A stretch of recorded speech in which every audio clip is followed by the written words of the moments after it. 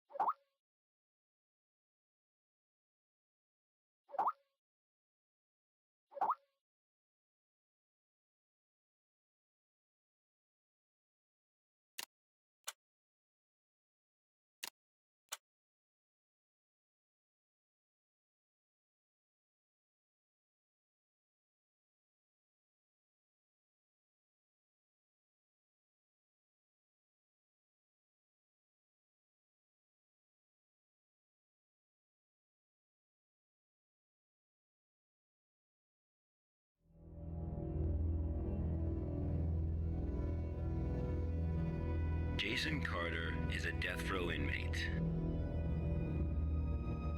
In exchange for clemency, he has agreed to work with the SCP Foundation for 30 days.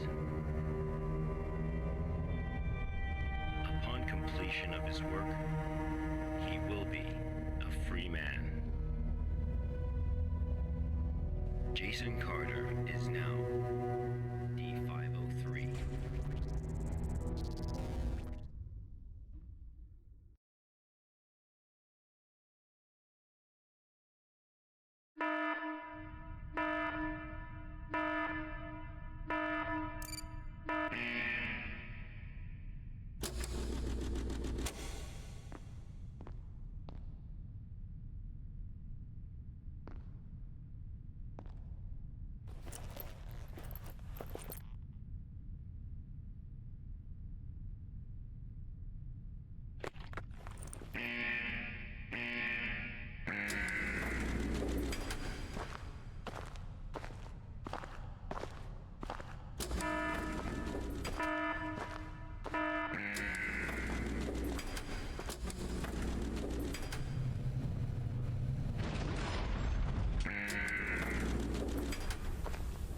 D503 was given no clear instruction of the task to be completed. He must find them out for himself.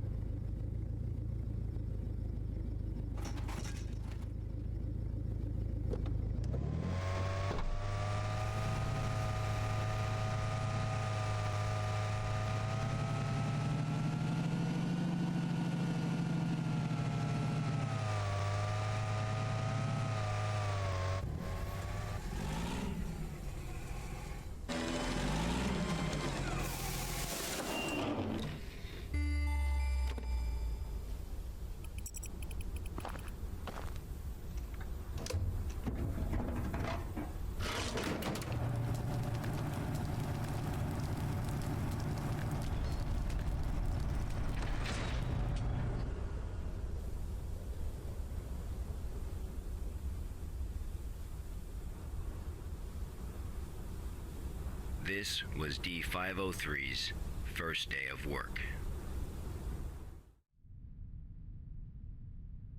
SCP protocol mandates that D-503 now undergo a psychological evaluation.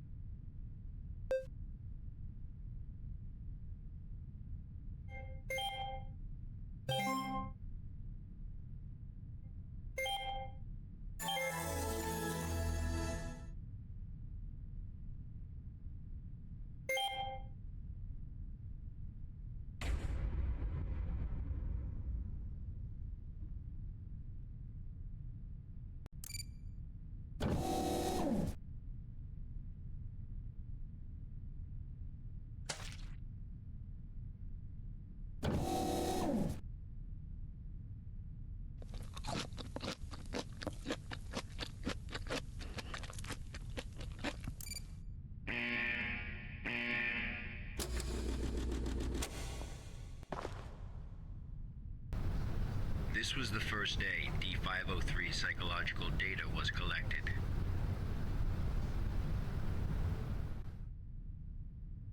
You're probably wondering, how can this job earn freedom for a death row inmate?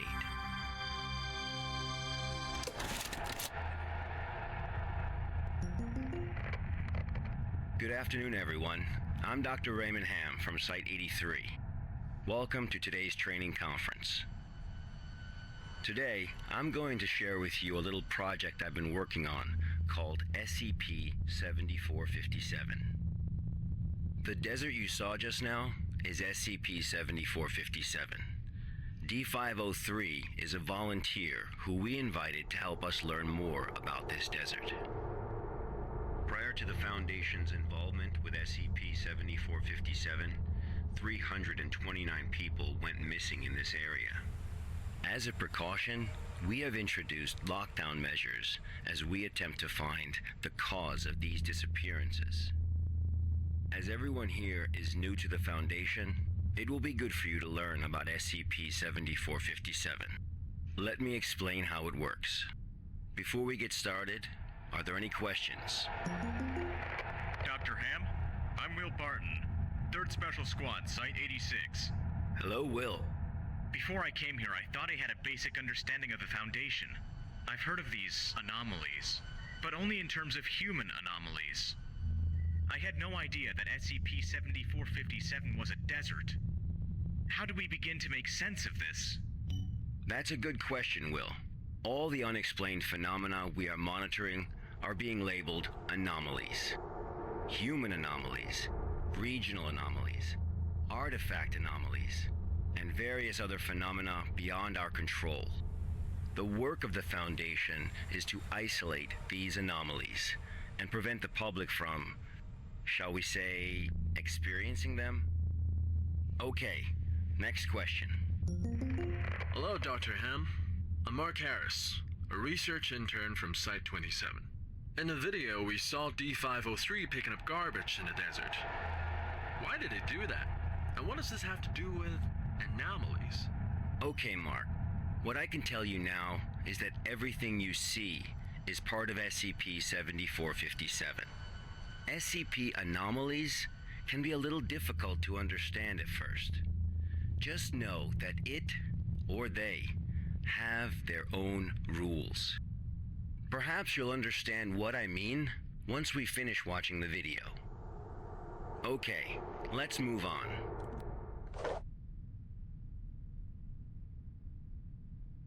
The first week was fairly normal. However, there was an interesting occurrence on the 8th day.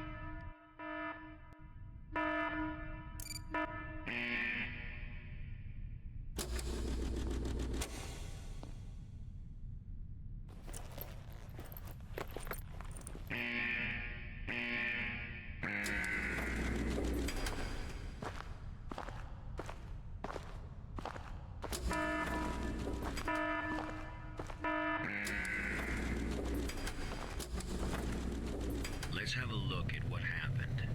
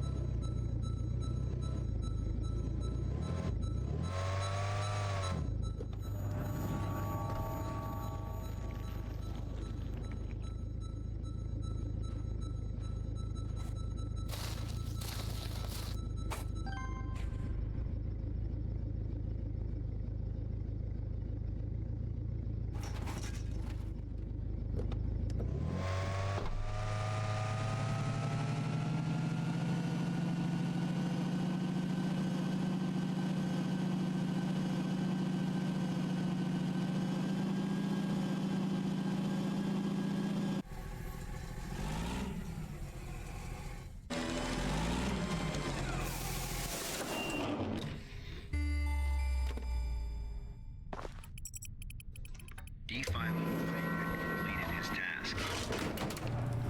However, he did not realize that he had already encountered his first anomaly.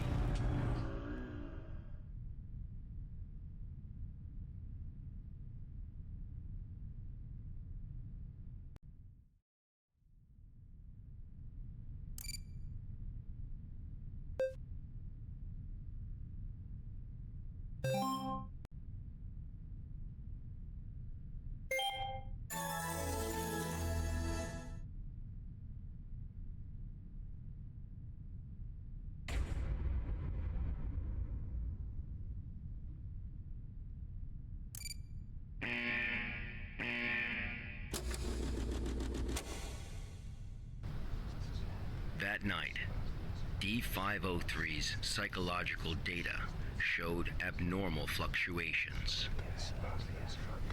Analysis tells us that D503 is dreaming.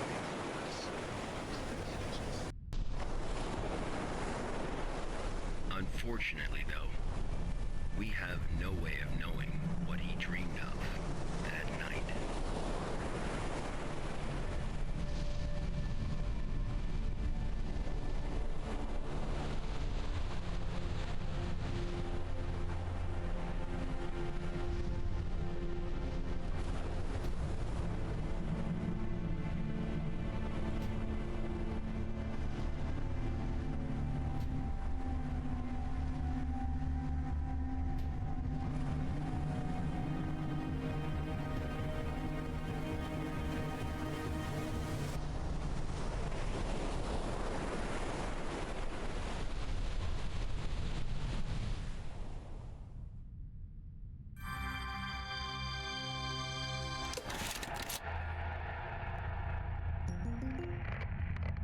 The eighth day marked a significant turning point, the start of SCP-7457's impact on D503. Are there any questions before we go on? Hello, Dr. Ham. I'm Spencer Jones from the Special Operations Department of Site-21. Hello, Spencer. It's still unclear as to why D503 needs to pick up all of this trash. If you wanted to monitor his psychological response to SCP-7457, why not just leave him out in the desert? Why assign him these tasks when there are already psychological evaluations taking place? Okay, our analysis has indicated that SCP-7457 produces a new cluster of trash every 8 minutes and 37 seconds. If waste collection is not done regularly, all that trash may soon flow into our world. It is worth noting, though, that the quantity of waste created here pales in comparison to the amount produced by humans. However, it still has the potential to become a significant problem in the future. By assigning these tasks to D503, we can monitor his reactions while also containing the trash. There is another reason, but we will get to that one later. Is it not the case that the Foundation is exaggerating the importance of a minor issue before the issue is fully understood? Okay, everyone. I must emphasize that behind us is the general public, who are wholly unaware of any of this. Being meticulous and maintaining a serious attitude is essential at the SCP Foundation. Any oversight or underestimation of the enemy may result in disaster. Thank you, Dr. Ham. I understand. Good. Let's move on. The effects of SCP-7457 on D503 became most obvious on day 15 of the test.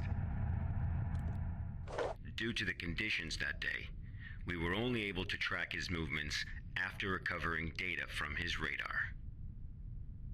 It was definitely a bad day, perhaps the worst, even for a death row inmate.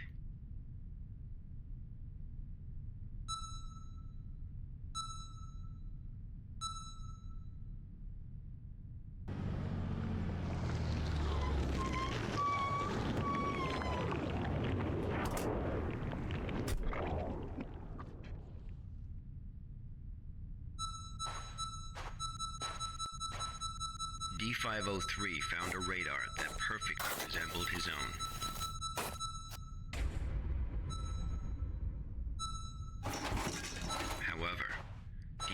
D503 didn't seem to think much of it.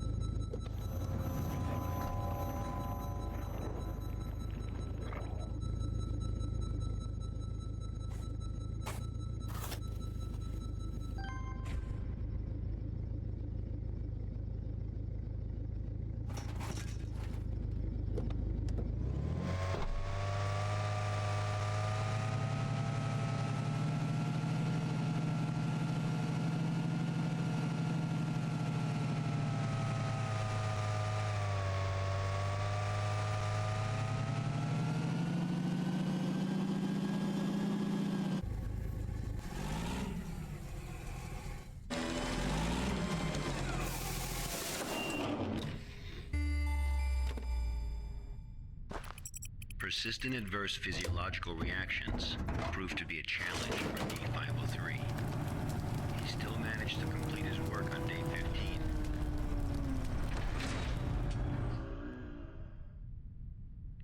But then he encountered an incident.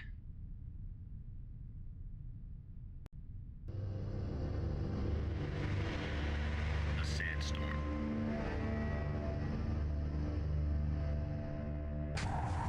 D503 walked in the sandstorm for a long time, but he couldn't seem to find his way back.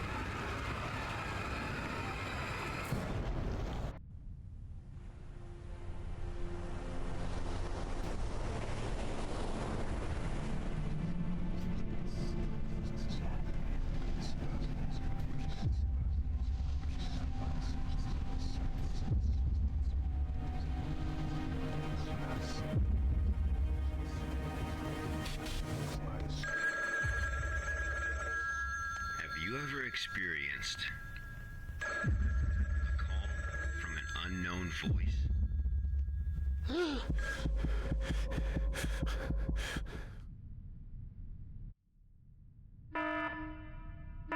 Approximately 13 hours later, a visibly trembling D-503 returned to Site 8. We immediately performed a psychological evaluation.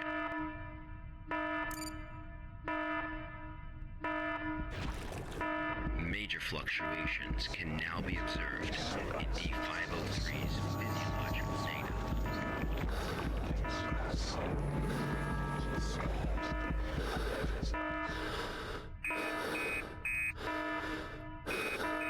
The results of the psychological evaluation were so troubling, we had to abort the mission.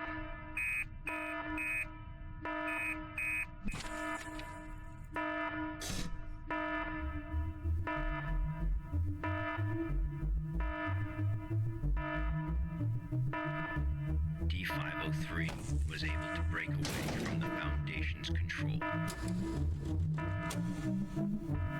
He has seen the test results of other Level D personnel were analyzed at SCP-7457. That's right.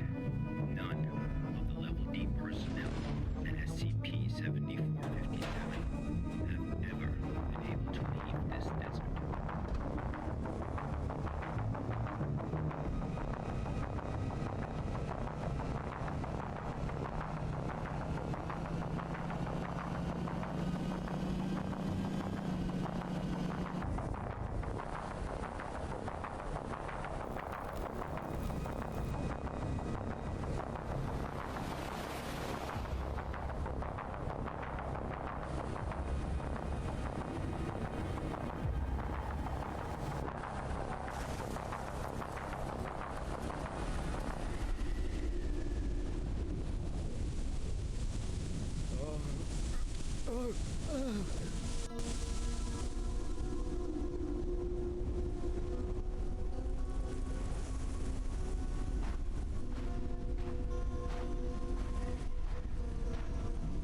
D-503 heard the call.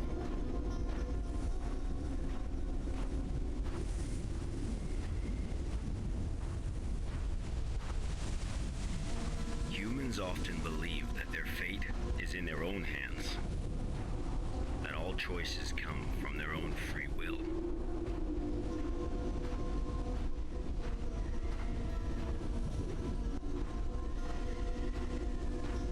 They don't realize that we humans form only a small part of this world.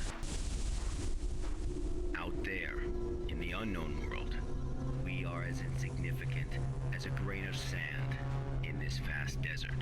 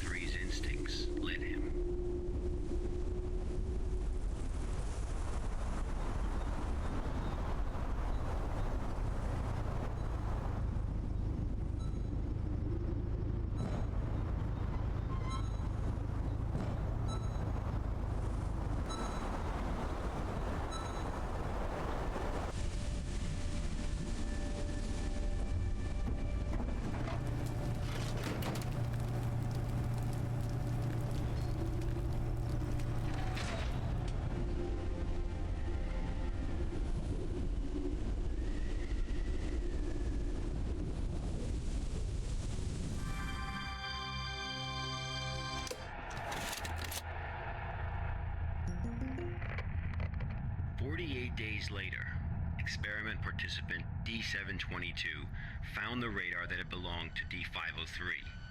The radar was 31 miles away from the waste treatment facility. All the data we have came from this radar.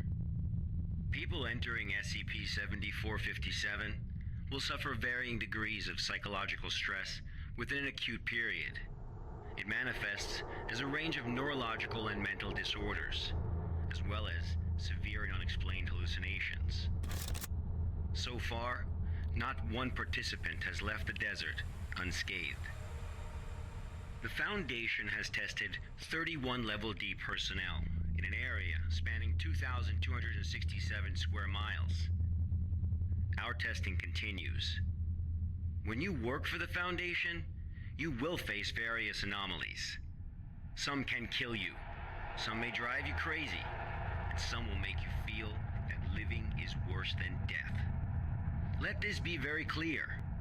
SCP-7457 is just a taste of what you will face in the future. Before joining the Foundation, you were all leaders in your respective fields and industries. Researchers, special forces, FBI agents, national security experts. Well, SCP does not care how smart you are, how accomplished you are. It doesn't matter to them how many doctorates and titles you have. You are no different from helpless ants when confronted with these anomalies. Remember this. It is the most important advice you will receive. Do not take risks. You will die. You are not as special as you think you are. If you encounter an anomaly, put your pride and curiosity aside. Run, because that's the only thing you can do. God won't protect you here. Welcome to the Foundation, rookies. I'm Dr. Raymond Ham, and this ends the first class of our employee induction program.